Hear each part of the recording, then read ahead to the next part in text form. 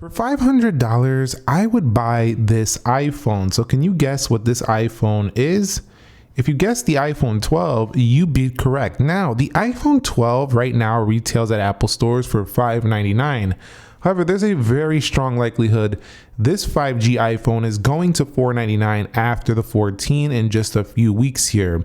Now, why is that a deal? Let's discuss that in this video. Off to the body. Now, on the body, you do get yourself this glass back, which you're going to get on the iPhone 14 as well. So for 50% less, you should be able to get an iPhone 12 with a glass back. Now, yes, they did diagonal off the cameras, as you can see with the iPhone 13 right here. They're a little bit larger.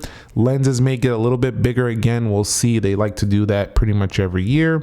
But there's nothing really wrong with these lenses. They really do a good job in performance.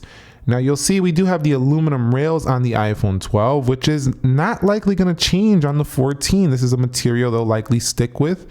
And this really ushered in the industrial squared edges here. It also comes in multiple colorways, this red one included, so you have multiple color options. So overall, the body, one of the things I really enjoyed about it, and I actually had a brief stint with the iPhone 12 this year where I kind of used it, for several weeks because it was just so much lighter than my 13 Pro Max. I just love the size of this phone.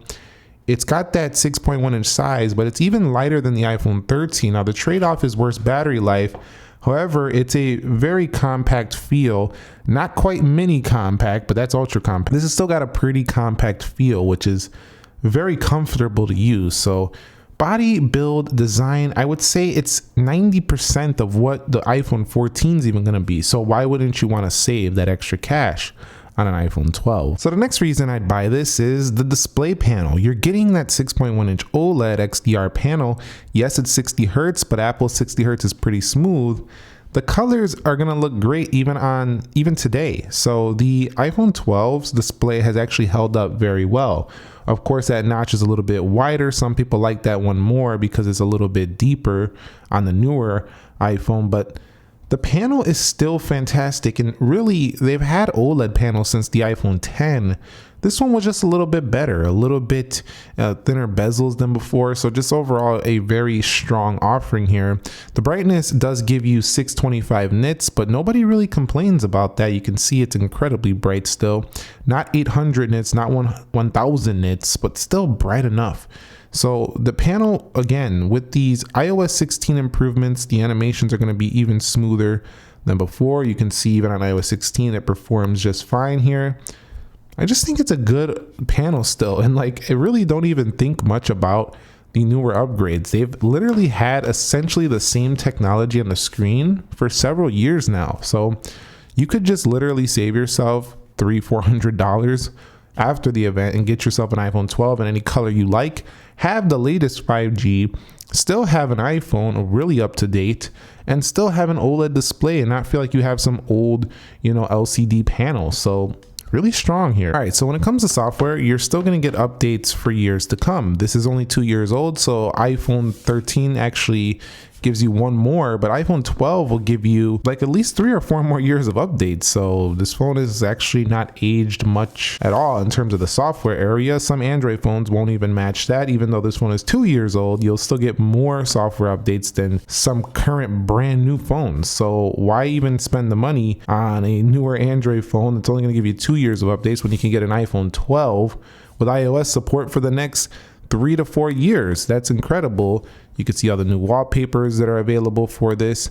I just gotta say, man, it's just a solid offering at that price point, because what else is out there for that price point? You have the Pixel 6a, which is around there, but if you want to try out iOS and you're just not into Android right now, this will be a really good option for you to consider picking up. And features wise, it's not going to be that much different either. You're still going to get the same essential features you get from iOS 16 on any other iPhone. You'll get widgets, you'll get the same animations. It's going to be the same experience. That's what's great about the Apple iPhone, is that it's consistent across the board, no matter the device you're using, as long as it is up to date. Performance wise though, you are looking at an Apple A14 Bionic chipset, and I gotta tell you, just to be real with you, I have not even been able to make this thing lag up at all. No matter what I'm doing, I could play games all day. It doesn't matter. This phone with the A14 Bionic is still a boss. The A15 was just even better. It was just a slightly improved A14. This does have 4 gigabytes of RAM, but that doesn't seem to matter on your day-to-day phone. I never catch any lag on the iPhone 12. I will say one area of performance, it's not really performance, it's actually thermals, but this phone can warm up quite a bit. If you're using a lot of case, you're gonna feel it if you're using this thing heavy. So I will say heat can be an issue. It does tend to seem to overheat if you're doing way too much on it. But other than that, it's incredibly smooth, and day-to-day tasks, you'll never even warm up. So only when you're really pushing it, you'll feel the heat. Other than that, performance is strong on this phone. Camera-wise, they did make some nice updates to the iPhone 13, so it's not quite the deal the iPhone 13 will be, but that's still gonna be around $699. However, what it does give you guys is a camera that's very competent. It does have the ultra wide, just like what you're gonna find on the iPhone 13. You can still do 4K at 60 video on both the front and the rear, and Apple really hasn't upgraded the front-facing camera too much in a while on the iPhone series. So what that means is that the iPhone 13 essentially will give you similar performance on that front-facing camera to the iPhone 12, which means the 12 is still offering quite the value. And also they do bring some of the newer features. You can do the aspect ratios and all that stuff here. You can even do some HDR video, provided it's in 4K at 30. You can do some really bright video on here. You can do portrait modes, panoramics. The overall quality is still superb on the iPhone 12. Like if I was using this now, posting videos on YouTube, posting Instagram posts, you guys would watch it and not even understand that I'm using an iPhone. You would still think I'm using a camera or whatever. That's how good the iPhone 12's camera still is. So don't be fooled by those smaller lenses. I know those bigger lenses always make people think they're just so much better, but honestly, it's just the covering. The iPhone 12 camera, still very good. It'll give you the business. Battery wise, when it comes to the iPhone 12, I know some people are like, come on, Nick, bro. This is like the second or third video I seen you didn't charge your iPhone. Bro, cut me some slack. It's Sunday fun day. Let me live my life a little. I'll charge it when I get to it. Listen, it actually makes sense though that we left it a little bit low for this video because the iPhone 12 is not my favorite in battery life. However, I will state one thing about this battery, and that is as long as your capacity is pretty high, I find the iPhone 12 to be that type of phone that if you're just a regular user, it'll get you through the day. Now, it's not that type of phone that I'm going to use heavily and be having battery all day long. It does get down there. I mean, it's had me a little bit concerned around 6-7 p.m. sometimes. I was down in the 30s, but I was still going. It's just I was seeing that red quite a bit more than I see on the 13 or even something like the iPhone 11, which both have better battery life. The 5G really hurt this one, along with the fact that it wasn't a super large battery. It's just average. I wouldn't say it's horrible, but it's not great. Even now on iOS 16, it got a little worse with this beta series. We'll see how it does on the official iOS 16, but it's just an average battery life. But it's not enough to sway me away from recommending this phone. A couple other things I want to mention before we wrap things up. I almost use most of my storage, so I do a lot of camera stuff. So if you find yourself doing a lot of camera stuff, downloading quite a few games, try to spring for the 128 gig. Also, 5G was a very important thing for this phone, and it's not just the 5G, it's the fact that this iPhone had Qualcomm modems again, which meant that the signal strength was really strong.